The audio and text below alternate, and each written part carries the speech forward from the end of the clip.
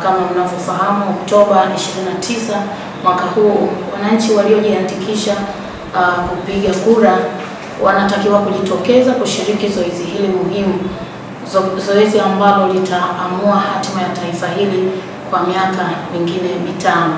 Wilaya ya Same ina majimbo mawili ya uchaguzi ambapo kuna wapiga kura wapatao 174,426. Majimbo haya ni pamoja na jimbo la Mashariki na jimbo la Magharibi.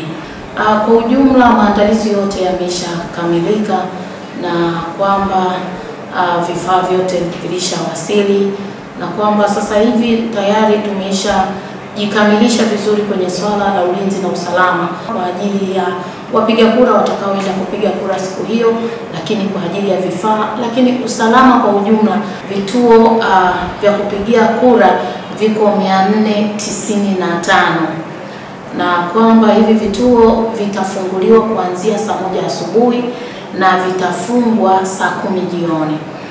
Lakini kwa upande wa maeneo ya magereza, vituo vitakavyokuwepo huko vitafunguliwa saa 2 asubuhi na majira ya saa 9 alasiri hivi vituo vitafungwa. Ni wasihi wananchi wote wa wilaya ya Same kujitokeza kwa wingi kuja kupiga kura kwa sababu ni haki yao ya msingi.